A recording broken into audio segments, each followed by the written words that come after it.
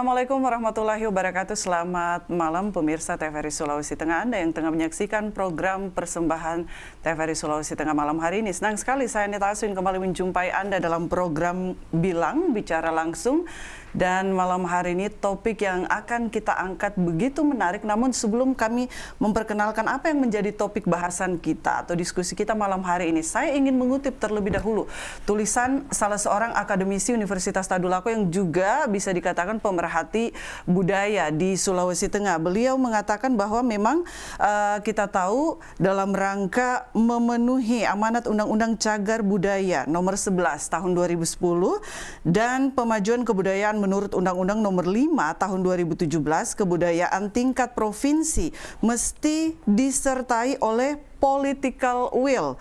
Setiap provinsi ataupun Pemda yang ada di Indonesia, dan Provinsi Sulawesi Tengah telah memiliki peraturan daerah provinsi nomor 8 tahun 2021 tentang penyelenggaraan kebudayaan daerah, dan memang hal ini menjadi bukti bahwa bagaimana kemudian pemerintah concern terhadap budaya ataupun juga kebudayaan yang ada di Sulawesi Tengah. Namun beliau mengatakan masalahnya adalah bagaimana persoalan ini masih ditangani oleh satuan kerja kepala bidang saja di dinas. Sudah pasti tenaga sistem dan pendanaan masih belum maksimal. Dan tentunya belum maksimalnya terletak pada besaran pekerjaan dan juga ruang lingkup objek kebudayaan. Kita tahu bahwa kebudayaan ini masih satu kesatuan dengan dinas pendidikan yang kita kenal dengan Dinas Pendidikan dan Kebudayaan Provinsi Sulawesi Tengah. Ini kemudian menjadi wacana yang saat ini tengah diolah, kemudian harus menjadi perhatian seluruh elemen masyarakat ataupun juga pegiat seni, khususnya juga budayawan yang ada di Sulawesi Tengah, bahkan arkeolog juga yang ada di Sulawesi Tengah ini sangat mendukung bagaimana kemudian Dinas Kebudayaan ini bisa dibentuk sendiri, berdiri sendiri, karena kita tahu sudah ada 8 provinsi yang ada di Indonesia yang kemudian membentuk dinas kebudayaan sendiri, pisah dengan dinas pendidikan seperti yang ada saat ini. Untuk membahas hal ini pemirsa, bagaimana kemudian pemerintah concern, apa saja yang sudah dilakukan oleh pemerintah mewujudkan hal ini, bagaimana kemudian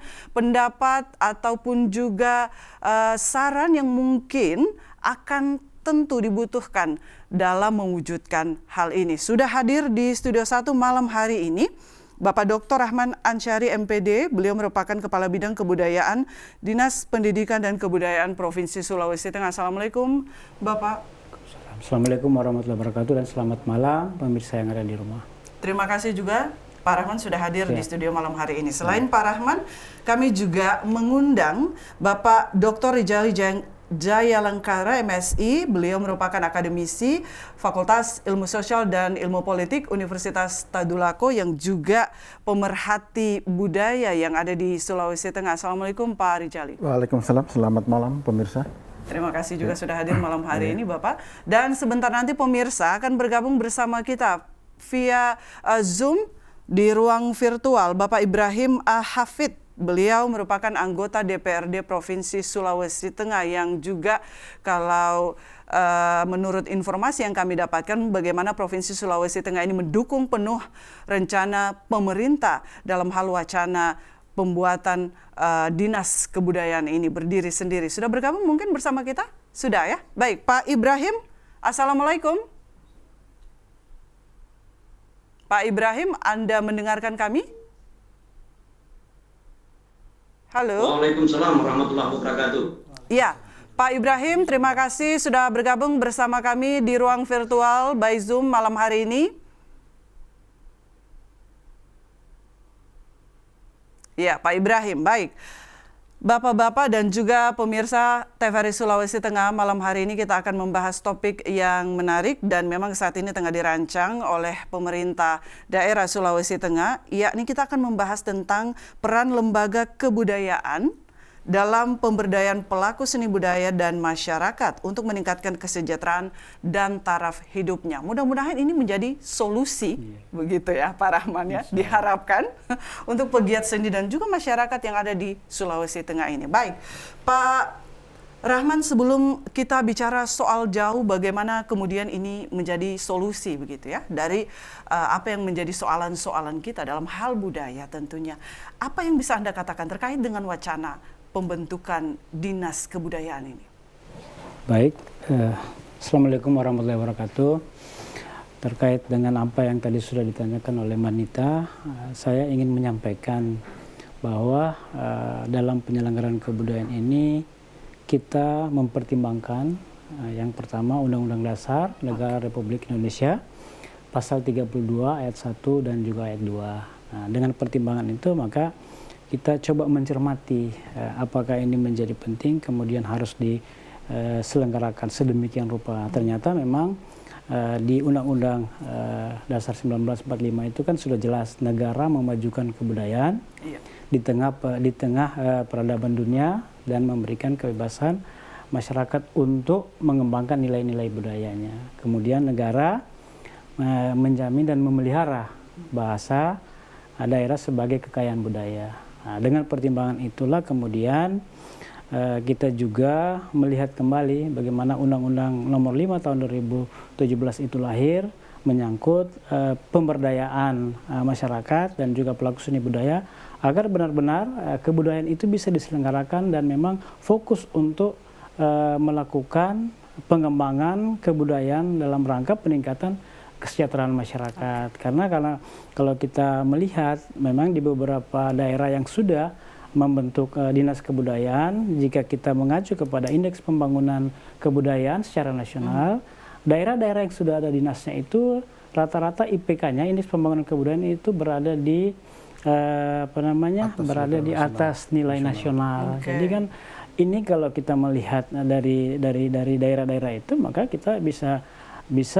menyatakan bahwa perlu segera dilakukan pembentukan dinas kebudayaan di daerah, apalagi kita ini ada di 12 kabupaten dan 1 kota.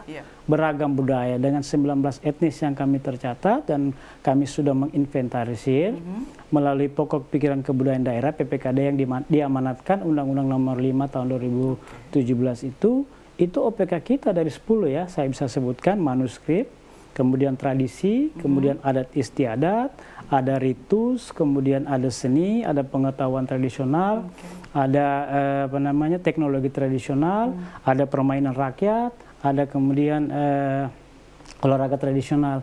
Itu di Sulawesi Tengah yang sudah tercatat minus 1 kabupaten yang belum membuat pokok pikiran kebudayaan itu banggai laut sebanyak 1.464 objek pemajuan kebudayaan. 1.464 itu objek pemajuan kebudayaan yang saya sudah sebutkan tadi. Nah, dengan objek yang banyak tentunya ada kebijakan yang nanti bisa menguatkan terhadap pengembangan dari objek pemajuan kebudayaan, pemanfaatan objek pemajuan kebudayaan, perlindungan objek pemajuan kebudayaan, dan juga pembinaan. Nah, kalau ini semua kita bisa selenggarakan secara maksimal untuk mewujudkan bentuk-bentuk dari yang saya sudah sebutkan tadi, maka kita berharap seluruh kekayaan budaya kita ini bisa menjadi potensi yang bisa kita kembangkan baik sebagai wisata budaya, kemudian meningkatkan kesejahteraan masyarakat itu sendiri. Oke, baik. Sebelum kita lanjut Pak Rahman, saya ingin meminta pandangan terlebih dahulu Pak Rijali. Kalau kita melihat bagaimana kearifan lokal 13 kabupaten kota yang ada di Sulawesi Tengah, apa yang Anda dapat katakan Pak Rijali terkait dengan kekayaan kebudayaan kita? Iya, saya akan giring berkaitan dengan kebijakan kebudayaan. Oke. Ya. Jadi di Sulawesi Tengah itu ada 19 suku, ada beberapa kajian seperti itu. Yeah. Kemudian ada 22 bahasa sebenarnya. Sebenarnya lebih dari itu sebenarnya ya. Lebih dari itu. Nah, kemudian apa kaitannya dengan perlu kelembagaan kebudayaan sebenarnya? Dalam model mengukur indeks, bagaimana membuat penataan organisasi setelah keluarnya PP nomor 18 tahun 2016 sebenarnya. Itu oleh Peraturan Menteri Pendidikan nomor 16 tahun 2018 itu sebenarnya memang ada rekomendasi, dia menyarankan akan digabung, tetapi dia tetap membagi urusan itu sebenarnya. Nah, Nah, indikator-indikatornya itu keberagaman budaya yang ada. Itu artinya semakin tinggi keberagaman budaya di suatu daerah, maka ruang indeksnya itu akan besar. Artinya kalau indeksnya itu melebihi, dimungkinkan dia menjadi dinas sendiri sebenarnya. Oke, dan itu Itu 1,5. Oke. Nah, harus diingat kembali bahwa berdasarkan indeks itu, peraturan itu, maka semakin tinggi keberagamannya, maka Oke. kecenderungan untuk menjadi sebuah dinas sendiri itu sebenarnya itu patut harus dilakukan. Ini diperkuat. Undang-undang tentang 11,5 itu diperbarui dengan Undang-Undang Nomor 6 tahun 2022 kemarin. Pasal 5 itu menegaskan bahwa 11,5 itu daerah beragam kaya budayanya dan seterusnya. Oke. Khusus satu pasal. jadi memenuhi kriteria itu. Dia sebenarnya memerintahkan loh bahwa Anda kalau mengurus Baik. 11,5 itu berarti kan budaya kami loh. Baik. Nah, sebenarnya seperti itu. Nah, saya tarik dulu berkaitan dengan kebijakan tentang kebudayaan ini. Saya ambil secara internasional ya. UNESCO itu sudah mendorong sebenarnya karena berdasarkan konvensi PBB tahun 66 itu negara berkewajiban mengurus persoalan kebudayaan ini. Oke. Nah, kemudian UNESCO dia sudah mendorong sekarang dari 192 negara sudah 86 negara merubah kementeriannya menjadi Kementerian Kebudayaan sekarang. Baik. 44% sebenarnya. Nah, untuk Indonesia seperti apa? Nah, waktu bulan Desember tahun 1945, para budayawan sebenarnya sebelum dibentuk kementerian sudah meneriaki harus ada Kementerian Kebudayaan tersendiri.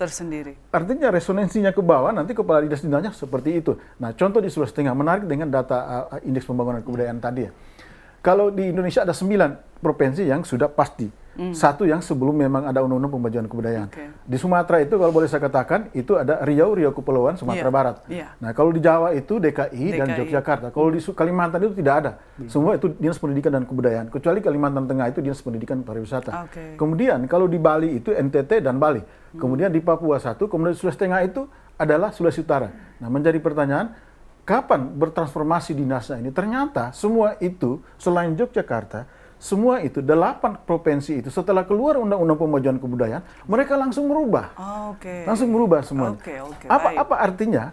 Nah, kalau berkaitan dengan misalnya soal kesejahteraan seniman dan segala macam.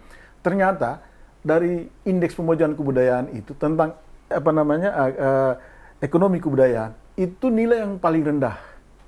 Artinya proses pengelolaan kebudayaan kita belum menghargai harkat dan mensejahterakan para pelaku-pelaku seni budaya. Karena apa itu sebenarnya? Kalau lihat di provinsinya, ternyata itu yang membuat rendah itu daerah-daerah yang tidak ada dinas kebudayaannya, memang itu rendah.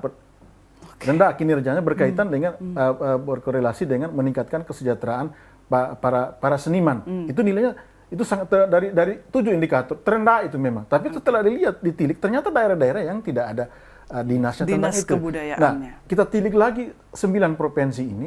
Ternyata 9 provinsi adalah provinsi yang sangat kaya suku bangsanya dan sangat kaya dengan ragam kebudayaannya sebenarnya. Kita Sulawesi Tengah itu, iya, fakta secara data dan dikuatkan lagi oleh undang-undang terbaru, Undang-Undang Nomor 6 tahun 2022 tentang Provinsi Sulawesi Tengah. Pasal 5, satu pasal hanya menyatakan itu. Bahwa Sulawesi Tengah itu yang kaya budaya terdiri dari segala. Jadi bisa dibilang kita terlambat begitu, Pak Rizal? Menurut saya kalau mengurus kebudayaan tidak terlambat ya. Tidak terlambat kalau mengurus itu. Artinya kita harus secepatnya mungkin ya. Itu. Kalau kita lebih mau maju. gercep lagi begitu ya, gerakan cepat begitu ya. Baik Pak Rizali, terima kasih. Saya ke Pak Ibrahim. Pak Ibrahim, Anda bersama kami? Pak Ibrahim?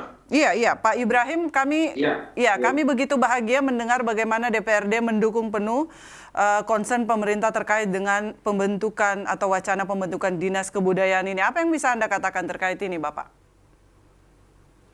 Iya, baik. Saya kira kalau melihat dari ragam budaya dan begitu banyaknya kebudayaan yang ada di Sulawesi Tengah, 19 suku dan puluhan bahasa yang ada di Sulawesi Tengah. Ini kalau lihat situasi perkembangan kebudayaan kita masih sangat minim sekali memberi ruang gerak untuk para pelaku kebudayaan dan seni di wilayah Sulawesi Tengah. Bahkan aktivitas kebudayaan ini menurut saya ini adalah satu jati diri daerah kita. Sebuah identitas daerah adalah salah satu penandanya adalah soal kebudayaan ini. Bagaimana kebudayaan ini diberikan sebuah value yang lebih baik dalam proses-proses pembangunan manusia yang ada di bangsa ini dan termasuk juga bisa menyumbang pada angka kesejahteraan rakyat melalui sisi kebudayaan dan kepariwisatan pun misalnya kebudayaan juga sangat erat hubungannya. Nah, oleh karena itu saya sebagai anggota DPRD provinsi mendukung penuh kepada Dinas Pendidikan dan yang mencoba membangun sendiri bagaimana harus ada dinas kebudayaan yang secara tersendiri kelembagaannya agar tidak lagi hanya sekedar satu unit kerja atau satu bidang kerja yang ada di Dinas Pendidikan. Oke, baik. Jadi Anda yakin ini memang akan menjadi satu jawaban atau satu solusi untuk masalah khususnya terkait dengan kebudayaan kita yang ada di Sulawesi Tengah, begitu Pak Ibrahim? Ya, saya kira hanya dengan ada satu dinas tersendiri, ini proses-proses pemajuan kebudayaan di Sulteng itu bisa kita peroleh. Baik. Kalau tidak, soal sisi anggarannya pun ini sangat minim kalau saya melihat membedah dalam APBD Provinsi Sulawesi Tengah saat ini. Baik, lalu sudah support seperti apa yang sudah dilakukan DPRD sejauh ini, Bapak, terkait dengan wacana ini? Ini dalam waktu dekat saya akan coba mendiskusikan semakin intens bersama-sama dengan anggota DPRD, khususnya di Komisi 4, di komisi di mana saya berada saat ini. Baik. Dan ini bisa menjadi sebuah inisiatif Komisi 4 bersama-sama dengan bidang kebudayaan di Dinas Pendidikan Provinsi Sulawesi Tengah. Oke, baik Pak Ibrahim. Sebelum saya ke Pak Rahman kembali, saya ingin mengundang Anda, pemirsa TVRI Sulawesi Tengah yang tengah menyaksikan program ini untuk berpartisipasi di line telepon 0451 452 414. Anda bisa memberikan tanggapan ataupun juga saran terkait dengan topik yang kita diskusikan malam hari ini. Sekali lagi di layar televisi Anda sudah tertera line telepon 0451 452 414. Anda bisa memberikan aspirasi Anda di line telepon ini. Baik, saya ke Pak Rahman. Pak Rahman, sampai saat ini sudah sejauh mana yang dilakukan oleh Dinas Pendidikan dan Kebudayaan sendiri terkait dengan wacana pendirian atau pembentukan Dinas Kebudayaan ini? Sampai dengan saat ini, Mbak Nita, perlu mungkin saya informasikan ya melalui kesempatan ini, kita sudah melaksanakan, sudah melalui beberapa tahap. Okay. Tahap pertama kemarin dengan Pak Rizaldi sebagai akademisi, itu kami sudah buat telan staf dan alhamdulillah Pak Gubernur setujui. Proses selanjutnya yang kami diskusikan dengan beberapa akademisi, beberapa pelaku seni, akhirnya kami bisa sampai pada tahap persiapan kajian, dokumen kajian untuk pembentukan Dinas Kebudayaan, dan alhamdulillah itu juga selesai dan Pak Gubernur sudah setujui untuk diproses lebih lanjut. Nah, selanjutnya kami komunikasi dengan Direktorat Jenderal Kebudayaan di Kementerian Pendidikan dan Kebudayaan Nasional, dan alhamdulillah Pak Dirjen sangat mengapresiasi dan mengucapkan terima kasih kepada Bapak Gubernur yang memang memberi rekomendasi kepada pembentukan Dinas Kebudayaan. Jadi beliau sangat mendukung dan berharap ini terbentuk, maka kebijakan penyelenggaraan kebudayaan itu akan juga disupport oleh Kementerian Pendidikan dan Kebudayaan, dalam hal ini Direktorat Jenderal Kebudayaan. Nah, setelah itu memang kami intens berkomunikasi dengan biro organisasi sebagai unit yang nanti memverifikasi dan juga menilai kelayakan dan mencoba memberikan pertimbangan berdasarkan aturan-aturan yang memenuhi syarat untuk dibentuk Dinas Kebudayaan, dan alhamdulillah berdasarkan penilaian mereka dan dokumen yang kami berikan, semua indikator yang disebutkan itu memenuhi syarat, malah melebihi. Jadi malah melebihi dari indikator yang dipersyaratkan untuk dibentuk Dinas Kebudayaan. Dengan pertimbangan kita ada di 12 kabupaten, 1 kota, dan saat ini tradisi kita cukup banyak. Yang kami sudah susun sebagai salah satu indikator, tradisi kita itu kurang lebih ada 183. Kemudian komunitas masyarakat yang memang kami meminta dukungan dari NGO, terutama yang penggerak-penggerak di pemberdayaan masyarakat adat, itu komunitas kita cukup banyak juga, lebih dari hampir lebih dari 200 yang ada di Sulawesi Tengah. Jadi inilah yang kemudian menjadi pendukung bahwa dinas ini bisa dibentuk. Dan selanjutnya hasil komunikasi juga dari bidang organisasi yang kami dapatkan bahwa dari Kementerian Dalam Negeri tidak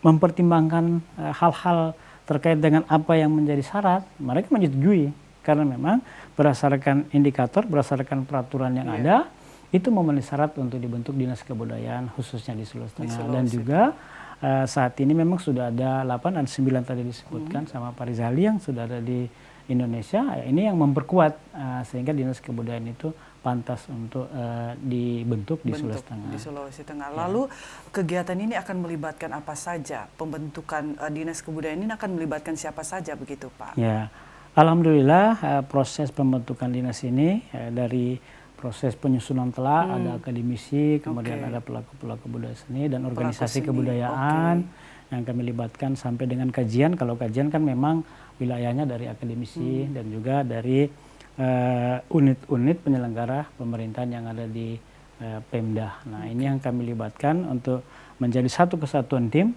menyusun naskah akademik sebagai kajian yang nanti menjadi pertimbangan untuk dibahas dalam pembentukan Dinas Kebudayaan ketika sudah masuk di legislasi. Oke, kalau boleh tahu Pak Rahman, ini wacana ini sudah mulai tercetus pada tahun berapa sebenarnya wacana ini sudah Dinas Kebudayaan harus sudah terbentuk begitu, wacana ini? Sebenarnya kami kalau di provinsi Provinsi Sulawesi Tengah itu kami melihat perkembangan pada saat Kongres Kebudayaan. Kongres Kebudayaan itu 2018. 2018 itu dihadiri 34 provinsi, akademisi, seniman, kemudian para pakar-pakar budaya itu menyuarakan untuk pembentukan kementerian. Atas inisiatif yang ada di kongres tersebut, kami mencoba mencermati. Kami diskusi dengan beberapa wilayah yang sudah terbentuk. Tidak apa-apa Pak Rahman, silakan didorong. Dan teman-teman di Sulawesi Tengah, saya komunikasi juga dengan akademisi, termasuk Pak Rizali, bagaimana kemudian dinas ini bisa tidak kita bentuk dengan mempertimbangkan selain dari hasil kongres itu, kemudian konsultasi dengan beberapa daerah yang sudah membentuk dengan mempertimbangkan apa regulasi yang menguatkan mereka sehingga dinas itu kebentuk. Alhamdulillah mereka respon dan juga semua dukungan besar diberikan sehingga Dinas Pendidikan dan Kebudayaan mencoba kemudian membuat langkah-langkah persiapan untuk melakukan kajian internal, kemudian diskusi, mengumpulkan informasi dan data-data yang terkait dengan Dinas Kebudayaan ini penting untuk kita bentuk sebagai bahan pertimbangan ketika nanti kami mengajukan ke pemerintah, dalam hal ini Bapak Gubernur, kemudian ke legislatif untuk menjadi bahan pertimbangan bahwa ini penting untuk dibangun, penting untuk dibentuk dalam rangka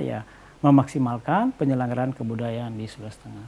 Oke, baik, saya ke Pak Rizali. Pak Rizali, apakah kemudian dengan dibentuknya Dinas Kebudayaan ini ada kemudian opini berkembang anggaran tentu akan lebih banyak lagi begitu ya ketika Dinas Pendidikan dan Kebudayaan ini berpisah, akan ada anggaran tambahan lagi begitu ya. Nah, menurut Pak Rizal ini akan bagaimana nantinya keberadaan Dinas Kebudayaan? Harus diingat, jadi Undang-Undang Kebudayaan ini sudah tegas mengatakan dalam secara filosofinya bahwa kebudayaan ini investasi masa depan. Jadi investasi masa depan adalah modal sosial bangsa sebenarnya. Tidak bisa diukur dengan berapa uang kita lakukan. Dia menggambarkan jati diri bangsa, peradaban kita, identitas kita. Apalah gunanya kita maju ke pendidikan tapi jati diri bangsa hilang. Seperti itu. Jadi itu nilainya tidak bisa dinilai dengan uang. Satu saya ingin bandingkan saya kaji undang-undang.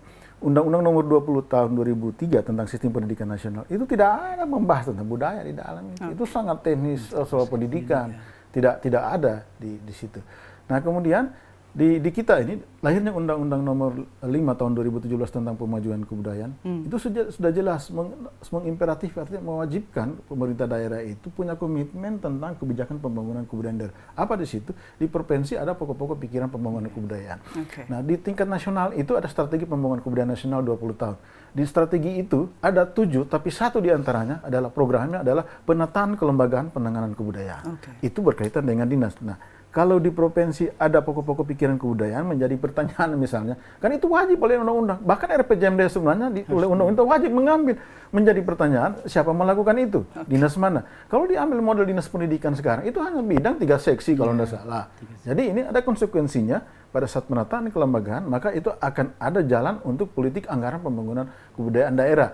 Dukungan komitmen, saya kalau membaca undang-undang pembaruan Undang-Undang Pembentukan Sulawesi Tengah nomor 5 tahun 2022 ini, pasal 5 itu mengingatkan orang loh, satu pasal hanya mengatakan, loh kami ini di Sulawesi Tengah ini sangat kaya budaya kami, suku bangsa segala macam. Artinya Anda yang mengurus Sulawesi Tengah ke depan, perhatikan ini budaya kami.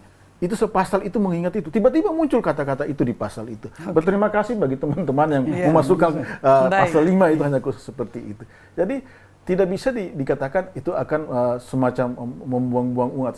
Saya pikir ini investasi masa depan. Dalam pengeluaran publik itu ada pengeluaran memang kita spendingnya ya, diukur berapa uang masuk. Tapi pada saat kita membiayai kebudayaan, ukurannya tidak bisa diukur berapa uang masuk sebenarnya. Ukurannya itu tidak bisa indikator itu dipakai misalnya. Tidak bisa. Jadi yang ukurannya apa? Sejauh mana misalnya masa konflik berkurang.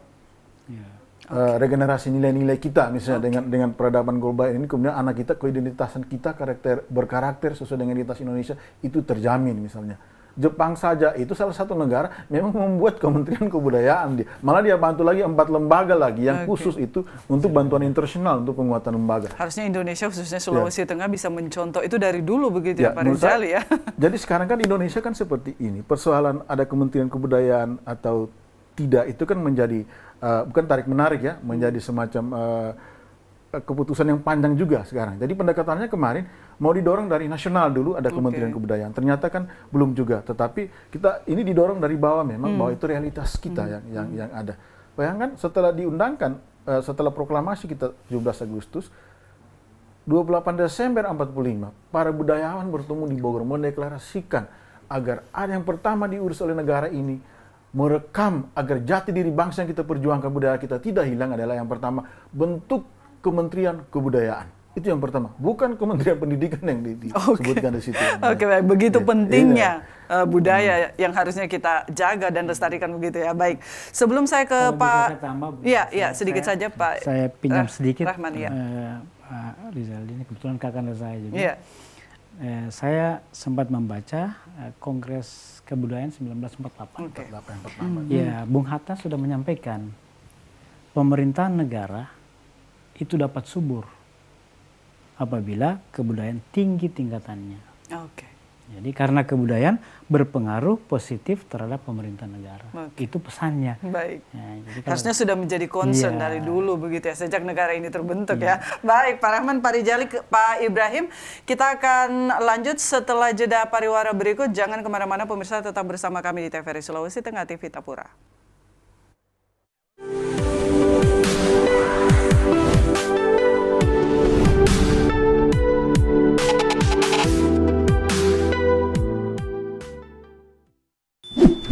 Yuk nonton siaran televisi digital. Bagaimana ya cara menangkap siaran televisi digital? Pertama, pastikan di daerah Anda sudah ada sinyal siaran televisi digital. Kedua, gunakan antena UHF di dalam atau di luar rumah Anda. Ketiga, pastikan televisi Anda sudah dilengkapi penerima siaran digital DVB T2. DVB T2 merupakan jenis sinyal yang digunakan Indonesia dalam penyiaran televisi digital. Keempat, pilih auto scan, lalu pindai televisi Anda. Bagaimana jika televisi Anda masih analog? Pasangkan set-top box, televisi Anda otomatis menangkap siaran digital. Bersih gambarnya, jernih suaranya, canggih teknologinya. Ini bapak, ini ibu. Dulu, katanya hubungan mereka itu sulit. Kalau kangen, ribet. Harus tulis surat, ngabisin kertas.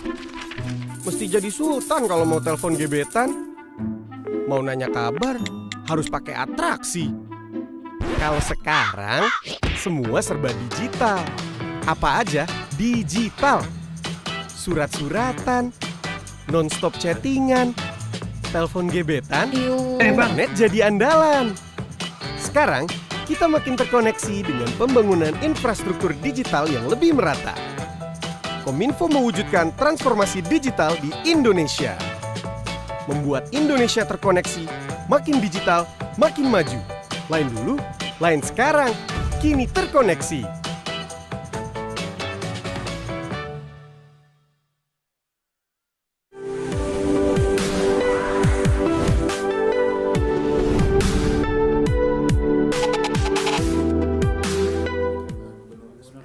Baik, pemirsa, terima kasih Anda kembali bersama kami dalam program Bilang Bicara Langsung pada malam hari ini, dan kita membahas terkait dengan bagaimana pembentukan Dinas Kebudayaan ini menjadi solusi dari segala masalah yang ada di Sulawesi Tengah, khususnya terkait dengan kebudayaan ataupun juga pemajuan kebudayaan yang ada di provinsi ini. Saya ke Pak Ibrahim dulu. Pak Ibrahim? Ya. Baik, Pak Ibrahim, lalu akan seperti apa nantinya desain yang akan dilakukan oleh DPRD Provinsi dalam upaya mendukung wacana pembentukan Dinas Kebudayaan ini? Ya, saya kira yang harus dilakukan di tingkatan DPRD adalah membangun komunikasi bersama-sama dengan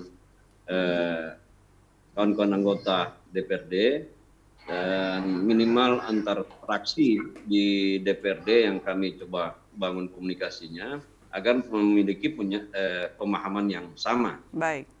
Oleh karena itu saya ingin memulai dari di Komisi 4, karena Komisi 4 adalah membidangi soal Kesra dan soal pendidikan dan kebudayaan. Nah, oleh karena itu memang kami menunggu dokumen yang secara tertulis yang sedang disusun oleh Dinas Pendidikan dan Kebudayaan, lalu ini menjadi sebuah bahan diskusi di tingkatan DPR, dan mungkin akan bisa dibangun duduk bersama-sama antara DPR dan pemerintah daerah melalui Dinas Pendidikan dan Kebudayaan. Oke, baik Pak Ibrahim, saya ke Pak Rahman. Pak Rahman, ini terkait dengan wacana pembentukan Dinas Kebudayaan ini, ada target waktu yang Bapak dan juga tim nanti untuk kemudian kapan begitu pembentukan Dinas Kebudayaan ini akan fix terjadi begitu, terbentuk? Jadi ini Mbak Anita, kami mengupayakan supaya proses pembentukan dinas ini bisa mengikuti alur perencanaan. Nah, kalau misalnya kita mengharapkan ini terbentuk di 2022 ini. Karena nanti proses perencanaan untuk penyusunan anggaran, kemudian proses perencanaan program kerja dan kebijakan sudah akan dilakukan di 2023 untuk action pelaksanaannya. Nah, sehingga kita berusaha untuk saat ini menyediakan seluruh dokumen sambil menunggu keputusan dinas itu sudah terbentuk. Jadi agar nantinya pada saat sudah ditetapkan Dinas Kebudayaan yang dibentuk, sudah ada dokumen untuk melangkah lebih jauh apa yang harus dicapai. Dan saat ini alhamdulillah di RPJMD itu ada 8 isu strategis yang sudah disusun sebagai isu kebudayaan. Kemudian ada 16 penetapan indikator kinerja yang harus dicapai selama 5 tahun. Nah, ini kan nanti konsekuensinya kalau dia mundur, maka tidak bisa memperhitungkan berapa penetapan kerja yang sudah ditetapkan itu tercapai. Nah, itu yang kita tentunya sangat mengharapkan ini sudah terrealisasi di 2022 perangkatnya, kemudian perencanaan pelaksanaan kebijakan, baik program dan kegiatan yang nanti sudah tersusun. Nah, karena kalau kita melihat banyak hal yang harus kita lakukan terkait dengan indikator pemajuan kebudayaan, kan ada 5 dimensi itu.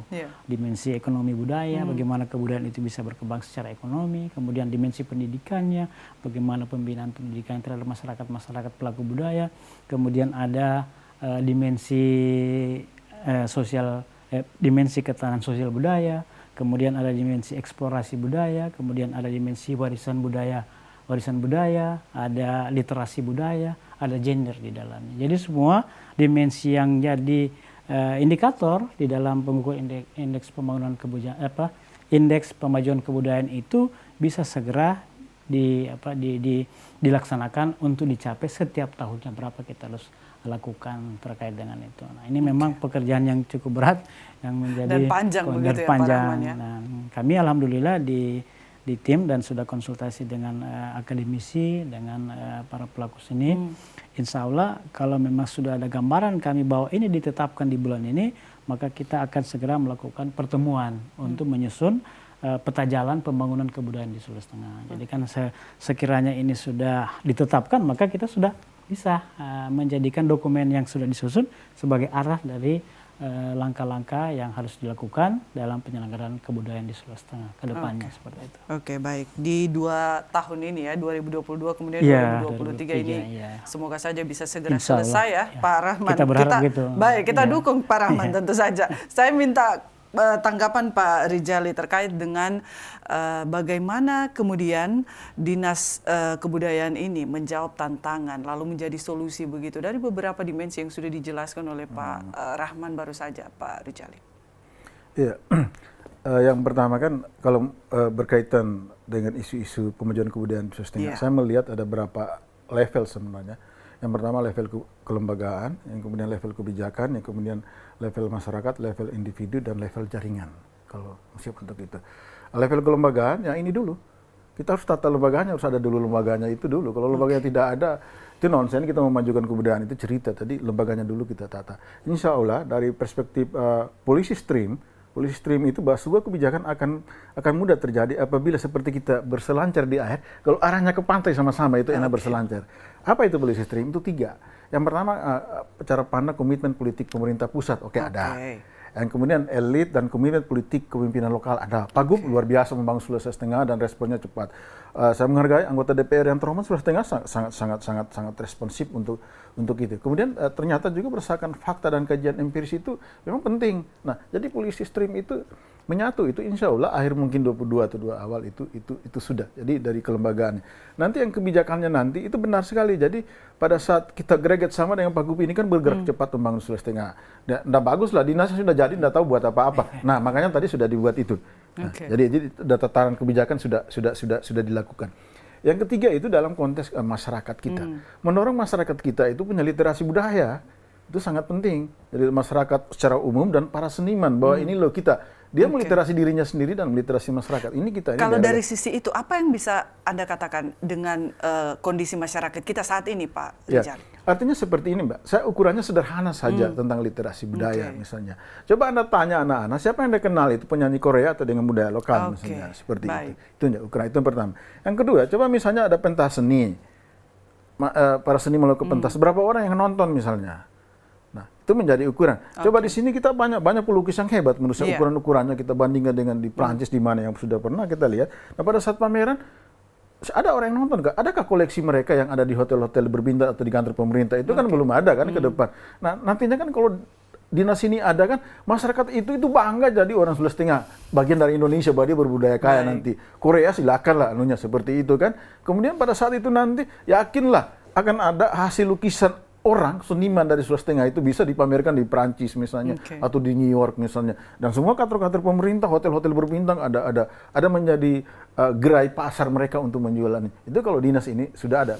Kemudian misalnya persoalan soal kesejahteraan mereka yang pertama dilindungi hak karya mereka dipatenkan. Di DKI itu ada seksi menangani itu misalnya. Itu kan menjamin mereka nanti bahwa bekerja seniman ini sebuah profesi di samping mengabdi soal keberadaban bangsa, juga sesuatu yang menjamin hidup dia. Ini kan belum kan sebenarnya. Iya, di Sulawesi Tengah kita lihat bagaimana seniman-seniman kita memang belum menjadi profesi begitu ya. Jadi sudah profesi dia, tapi profesinya belum menjamin dia hidup.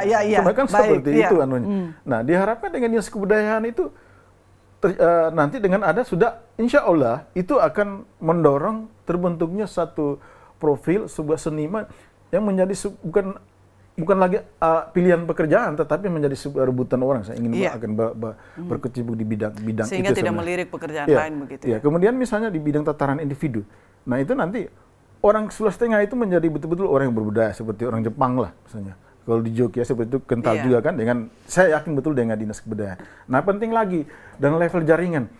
dengan adanya dinas nanti akan lebih mudah kita menggait bekerja sama membangun mitra dan segala macamnya nanti untuk mendorong CSR perusahaan, bank dan segala macamnya, investor dari luar segala macam itu akan lebih mudah karena ada lembaganya, kemudian ada roadmap-nya. Ini loh kita mau sudah setengah. Saya pikir itu yang.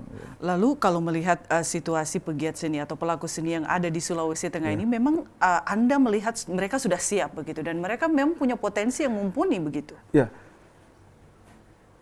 Saya berteman, pernah tidur sama-sama dengan mereka, dan saya juga pernah keluar dari menyaksikan model-model seniman sekelas apa, dan saya mempelajari. Saya mengatakan saya seniman, tapi saya mempelajari seniman-seniman yang kelas berat, sangat filosofi, lukisan segala macam. Teman seniman kita ini kelas dunia loh, kelas dunia kalau menurut saya seniman kita ini. Cuman manajemennya, fasilitasinya belum sekelas dunia sehingga mereka tidak pernah muncul secara global. Belum maksimal. Insya Allah dinas kebudayaan ada dia menjadi muncul. Dan menjawab tantangan ini ya. Oke, baik. Saya ke Pak Ibrahim. Pak Ibrahim, kita berada di ujung diskusi kita malam hari ini. Saya ingin meminta closing statement dari Anda terkait dengan pembentukan atau wacana pembentukan dinas kebudayaan ini. Pak Ibrahim, silakan. Pak Ibrahim, Anda masih bersama kami?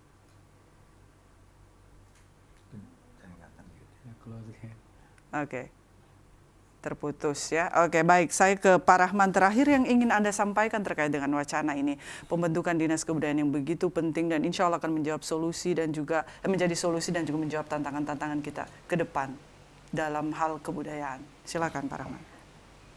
Jadi dalam hal pembentukan dinas kebudayaan tentunya kami berharap bahwa dinas kebudayaan ini dibentuk benar-benar berpedoman pada regulasi, ya, terutama Undang-Undang Dasar 1945, kemudian filosofi dari kebudayaan itu meningkatkan kesejahteraan dalam hal pemajuan kebudayaan. Pemajuan kebudayaan itu kan meningkatkan harkat dan martabat masyarakat. Nah, ini yang kita upayakan, dinas kebudayaan terbentuk, kemudian nanti bisa melakukan berbagai hal untuk mengakomodir seluruh kebutuhan baik dari aspek seni, aspek budaya yang benar-benar bisa meningkatkan taraf hidup dan menunjang kesejahteraan masyarakat. Karena kita juga ingin mewujudkan mimpi Pak Gubernur dalam hal gerak cepat pembangunan Sulawesi Tengah yang lebih maju dan lebih sejahtera. Nah, harapannya seperti itu kita lakukan dari aspek kebudayaan untuk bisa segera kita realisasikan dan juga kita mengupayakan bagaimana Sulawesi Tengah ini dari aspek kebudayaan menjadi salah satu daerah yang benar-benar menunjang terhadap pembangunan daerahnya itu sendiri. Oke, baik Pak Rahman, terima kasih. Saya ke Pak Rijali. Pak Rijali, apa yang ingin Anda sampaikan di akhir diskusi kita malam hari ini? Saya cuma menyampaikan kepada semua ekosistem stakeholder kebudayaan kita, mari kita satukan pikiran, langkah kita, insya Allah Sulawesi Tengah menjadi salah satu kawasan indikator kemajuan budaya di Indonesia dan secara internasional. Dan pada kesempatan ini saya terima kasih ucapan ke Pak Kacudi, Pak Agup, komitmennya cukup besar untuk kebudayaan dan teman-teman anggota DPR Provinsi itu luar biasa saya lihat. Dan juga saya tidak tahu orangnya, tapi berterima kasih orang yang mengisikan dalam pasal 5 Undang-Undang Pembentukan Sulawesi Tengah nomor 6 tahun 2022 ini yang mengatakan bahwa Sulawesi Tengah itu daerah yang sangat kaya dengan kebudayaan. Baik, kita terima kasih tentunya ya Pak Rijali. Saya ke Pak Ibrahim yang sudah terhubung bersama kami. Pak Ibrahim. Pak Ibrahim, closing statement dari Anda, silakan Pak Ibrahim. Pak Ibrahim, Anda mendengarkan kami? Oke, audio Pak Ibrahim tidak begitu sampai. Oke, tidak terdengar oleh kami audio Pak Ibrahim.